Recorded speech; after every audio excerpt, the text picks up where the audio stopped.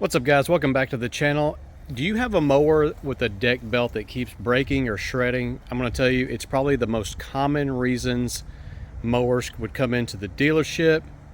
And in this video, I'm going to show you what to inspect, what a mechanic would do, and how to find the issue and solve it once and for all. Do me a favor, hit that like button, hit that subscribe button, and let's get started. First thing you're going to want to do is clean the deck, so go ahead and lower it. Take like a leaf blower if you have one. Air compressor is good. Blow that deck, all that debris, sticks, all that stuff. Don't let grass and dirt accumulate on your deck. That's just it's going to make it rust faster by holding moisture on your deck. Now that we have it cleaned off, we can remove the deck, and removing the deck is going to allow us to quickly find and fix whatever issue we have. And usually they're a lot easier than what you might think to remove. I've made some other videos, especially ones on the John Deere. I'll probably make one on this, and I'll put links down to those videos, how to remove these decks. I'll put a link down in the description. Now on the John Deere's and on this one, I like to start from the front to the back, but before I do that, I like to remove the belt, remove it from the clutch, the PTO clutch. Now this one actually doesn't technically have a PTO clutch. It has a pulley and sheave there bolted to the crankshaft. So as the engine is running, that pulley is turning. And the way this one is engaged is by manually pulling the lever to tighten up the belt, and then the blade's engaged, because then the belt tightens up against that pulley. So that's how those work. And you may have a lever up here on the dash that tightens up the belt. Now all this stuff has to move, and that's why keeping this clean is very important. All that stuff has to operate properly, and if it's full of dirt and grass and grime and all that, sticks can get in between the belts and everything, can cause some problems. But first thing I'm going to do is remove this belt, and also as we remove this deck, we're going to inspect all of our belt guides, because that's probably the number 2 common reason of why belts get shredded or thrown off. So now go ahead and remove the deck, remove all the linkages and the blade engagement cable. So guys, as you saw me remove everything, I was using a little bit of WD-40 to help remove these pins there. So I got everything removed, and also these adjustable linkages. If I have my deck level, make sure you keep those left and right side. So what I was pointing out earlier is, do not forget to remove your blade engagement cable. Oftentimes you'll have to move that tensioner arm back so you can get the spring in the right position in order to remove it from that tensioner arm. Then make sure you secure that blade engagement cable so you don't run over it when you move the tractor. Now carefully slide the deck out from underneath your tractor. Now that we have the deck removed, it's so easy to see any issues and find them really easy and make the repairs. One thing that I'm seeing right away noticeable are my little shoes right here. The brake shoes have worn out on each side, but that's not going to have any effect on the belts breaking or getting thrown off. So let's look at, while we have it underneath here, we can take a look, continue to look at the guides. So basically each pulley or idler is going to have a little guide here, and you don't want it to touch the pulley, but you also don't want to be able to slip that belt through the guide. So here's another one on this one. And what a lot of people don't know, that on these manually engaged blade units, if you don't have a PTO, if you have a PTO clutch that's electronically engaged, this belt is always tight. So the covers don't really necessarily act as a belt guide on those units, on a lot of them.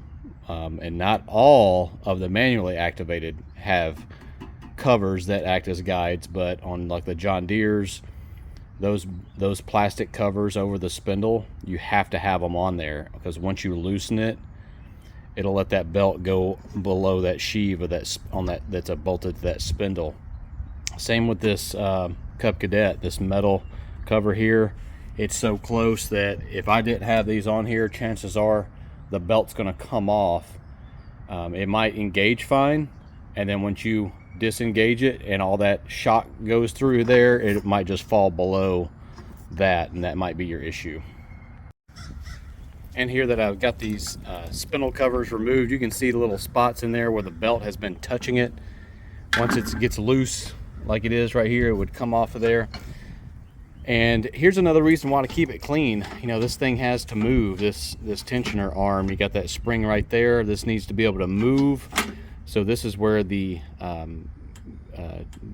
blade engagement cable would attach, and all it does is basically it would be pulling tight tension, you know, pulling tighter tension on this belt against that crankshaft pulley, and that's how your belts are, your blades are engaged. So then when you let go of it, it loosens this up all of a sudden. So one reason you need to keep this clean is that needs to be able to move easily. All right, guys, probably one of the second most common reason belts are coming off is that you have bad bearings in either one of these idler pulleys or one of the spindles. And oftentimes people think that their idlers or spindles or pulleys are fine, and they're actually not. As the bearings go bad, they get harder to turn, and it makes it, you know, it'll make this harder to turn. It'll cause tension in that belt, and it'll cause issues of it jumping off or shredding. It can also cause shredding. What you want to do to check your spindles, you want to make sure, I've got a little strap here pulling tension off of this so my brake shoes are off of the sheave here, and you want to get the belt away from it as well. And you don't want to hear any noise. This one's making a little bit of noise, and when you check the pulleys, you want to make sure the belt is not touching it. You don't have to remove it, but you shouldn't hear any noise at all.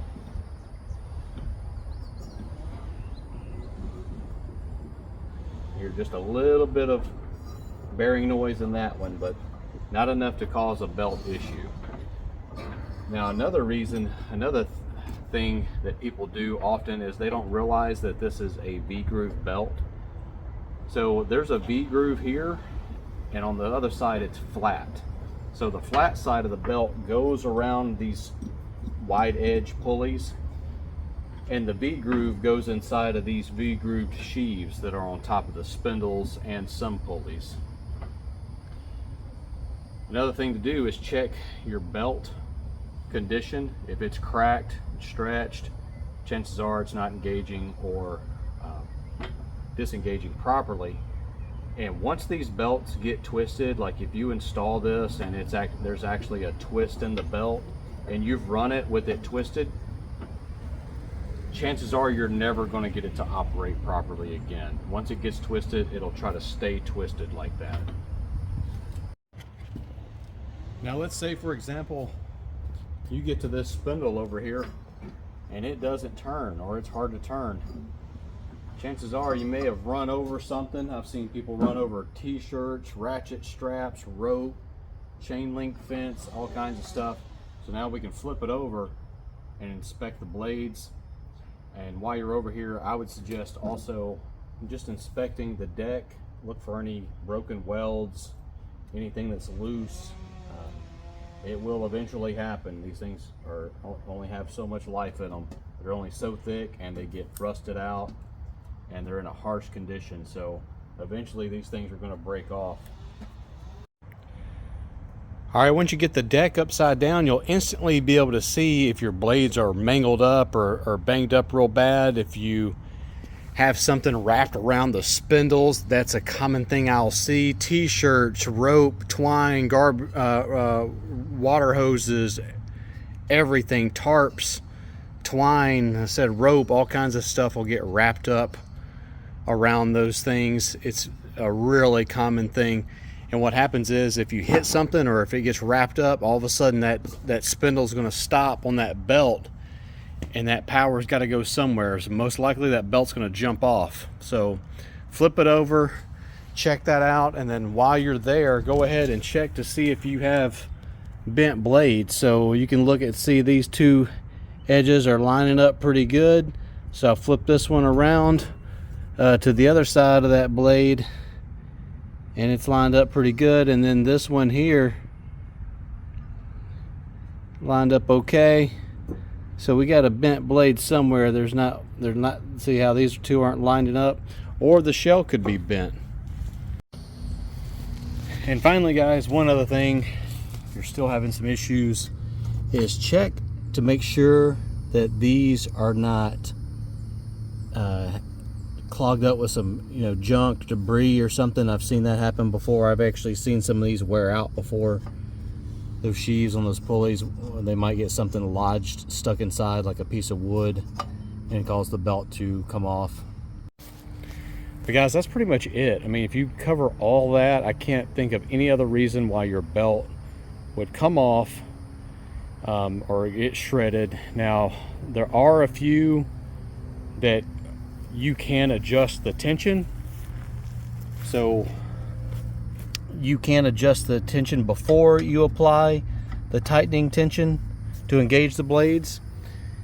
And most of the newer ones, you can't adjust that at all. It's just the size of the belt, and everything's made to work.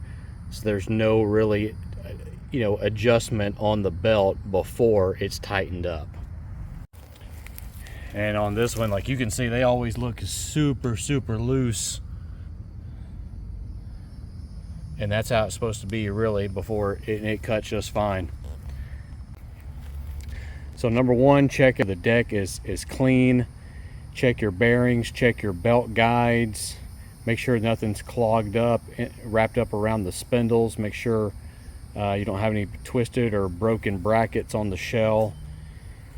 And make sure nothing's wrapped up in the blades. Make sure nothing's in the pulleys, the sheaves, the V-grooves. Make sure the belt's in good shape. You're also going to look to see if any idlers or pulleys are crooked or misaligned. But guys, it's going to be one of those issues. Check all of that, and I guarantee you it's going to solve your problem. Here's some footage of the belt slowly engaging there, getting that tension on there, going full speed. Do me a favor, guys, hit the like button, hit the subscribe button. I'll have more videos like this coming out soon. Thanks for watching.